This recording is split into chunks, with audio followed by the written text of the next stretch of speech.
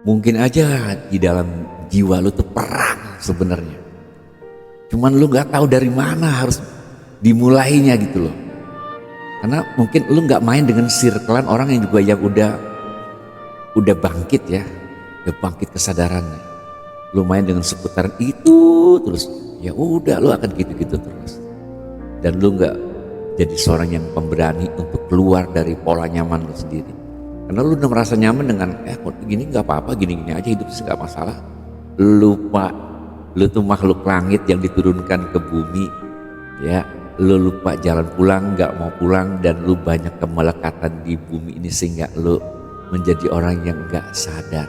Banyak orang di hari tua ini gue liatin orang-orang yang seumuran sama gue atau ya yang levelnya seumuran gue atau udah punya umur gitu aja lah, udah banyak kehidupan ya, asam garam ya. Orang gue gak suka tuh kalau kata asam garam. Makanan banyak enak gak pakai asam garam doang. Gak enak, gak ada bumbunya gitu. Jadi udah banyak pengalaman lah gitu. Tapi tidak menjadikan dia seseorang yang punya kepribadian yang punya kesadaran tinggi. Karena bedanya orang yang punya kesadaran dan tidak kesadaran itu jauh loh.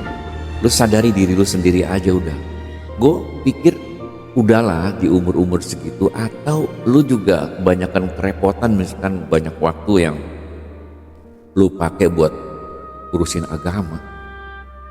Lu gak harus berdedikasi tinggi juga untuk urusan itu. Karena di agama apa-apa maaf ya, bukan ini kenyataannya, apa-apa bayar, apa-apa minta sumbangan. Jarang-jarang tuh agama memberi, ibaratnya udahlah gue kasih aja, yang susah santuni semuanya gitu. Sedangkan perintahnya suruh menyantuni gitu. Tapi akhirnya harus patungan-patungan juga. Sampai orang di jalanan ngecek-ngecek, wah bikin masjid. Gue bilang kebanyakan masjidnya, kenapa? Wah orangnya segitu-gitu aja, tapi masjidnya banyak jadi pada kosong. Ya elah. Kebanyakan masjid daripada jamaahnya kan. Tega. Giliran di jalanan orang pada ngasih, lu nggak tanya tuh lu muslim bukan, lu Islam bukan, enggak, lu terima aja, betul tidak? Tapi giliran udah jadi masjidnya, ada orang non muslim ya numpang buang air kecil aja, wah dilarang. Jangan lagi non muslim, yang muslim aja kadang-kadang. Gue sering banget ya gitu ketemu masjid yang dikunci. WC dikunci, mau sholat ya cuma di pelataran masjidnya doang. Aduh benar-benar pelit banget. Itu nggak memakmurkan masjid namanya dengan cara gitu. Jadi cuma bisa mintain sumbangan tapi lupa ketika udah jadi memihak ya. Soalnya punya orang daerah situ aja, padahal sumbangan dari banyak mana kan dia terima. Dia nggak tanya tuh muslim atau non muslim, enggak. Harusnya kita malu ya dominan tapi kita miskin. Kalau kita bilang ini miskin, nah, mau bikin masjid mintain sumbangan. Ibu-ibu aja pengajian ganti baju, ya beli baju seragam baru yang lama belum lunas. Udah beli seragam yang baru lah. Ilmunya gitu-gitu aja. Ibu-ibu juga lupa kadang belajar tajwid sampai bertahun-tahun. Tajwid kan paling cuman ya Allah dalam waktu singkat bisa terus selesai, karena tuh belajar tentang bahasa. Nggak ngaji sebenarnya, nggak ada ngajinya, nggak ada yang dikaji. Orang cuman kita belajar tentang bahasa orang. Kadang-kadang orang suka aneh ya, dia baca khatam satu hari one day one juice, dia bangga.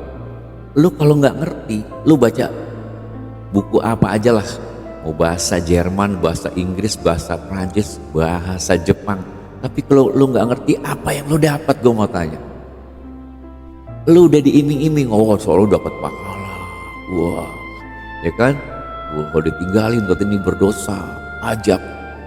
Semua para pemuka agama cuman jualan itu doang propagandanya, jualan Tuhan, jualan pahala, kan, jualan surga. Udah, itu tiga udah wow. Semua urusan baik urusan jadi politik atau jadi suatu niatan tertentu, kalau udah dimanipulasi dengan nama agama itu paling gampang cari jamaahnya, cari umatnya, cari orang yang mau supportnya. Wah, udah jelas-jelas jadi banyak yang ketipu juga ya.